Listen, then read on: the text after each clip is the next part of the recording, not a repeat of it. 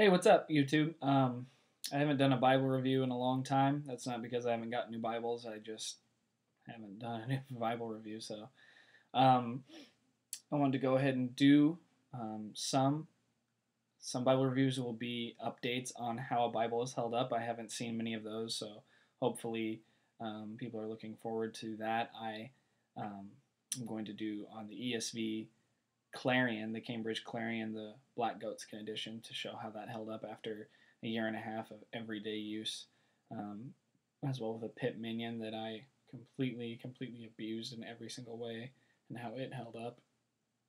And then just a few other new Bibles, but this one's going to be on the R.L. Allan ESV Readers edition. It's pretty much the same as their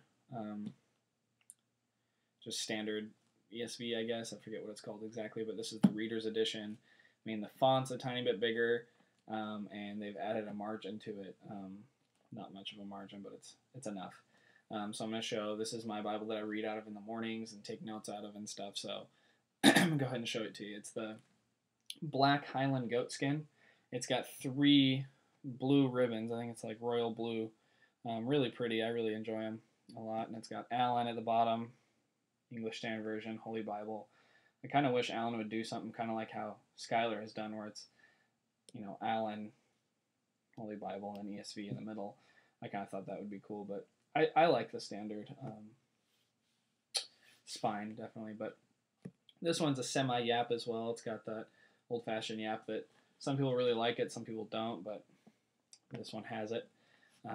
I think it goes for like $175 or something like that on evangelicalbible.com. You might be able to find it cheaper online or whatnot, but it's a 2-column setting with references down the center. And so you can kind of see also the margin that you got going on there. It's not a huge margin, maybe an inch or half an inch, I don't know, 3/4 of an inch or something. But it's enough to take notes, and I'll show you in a place later on where I have taken notes in it.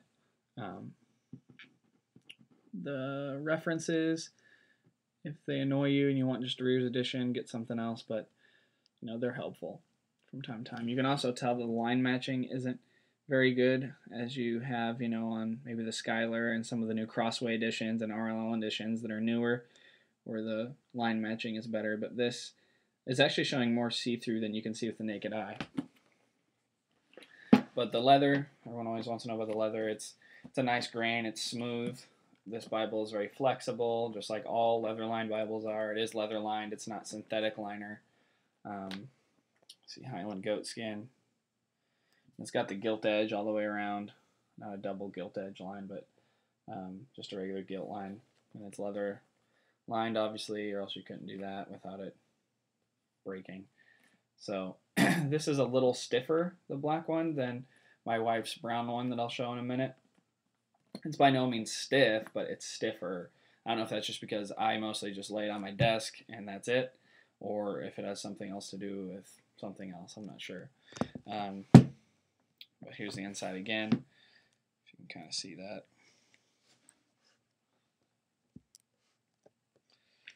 I'll show you the poetry section. Here's Psalms, so you can see how double column traditional setting for the Psalms. Very readable, crisp, bold font, but it's I think it's something like a 10-point font, maybe 9.5, something like that. 10. Pretty sure it's a 10. But you can see how the line matching does suffer right here, where it does bleed through quite a bit on the other side, or show through, I guess, not bleed through. But I mean, it's still a very readable Bible, very beautiful. It's got the art gilded page edges, which is the red under gold. You're not going to get on any of the R.L. Allan editions the silver with the blue underneath, or the blue under gold, or anything like that. It's just you're going to get the standard gold that way, and then it fades into red. So it's still a very luxurious, beautiful feeling Bible. Again, very flexible. It's Smith sewn. Over here in the front in Genesis, you have the overcasting line, which if someone could explain to me exactly what that does, I've heard it adds more durability or whatever, but I don't see, what it's really doing. You can see here's the intro, and there's the overcasting line. You can see that overcast line. There it is. And every book has little introductions that Crossway has put in. They're somewhat helpful. But it's not like a study Bible or anything. It's let me show you a place where I've done some extensive writing in it.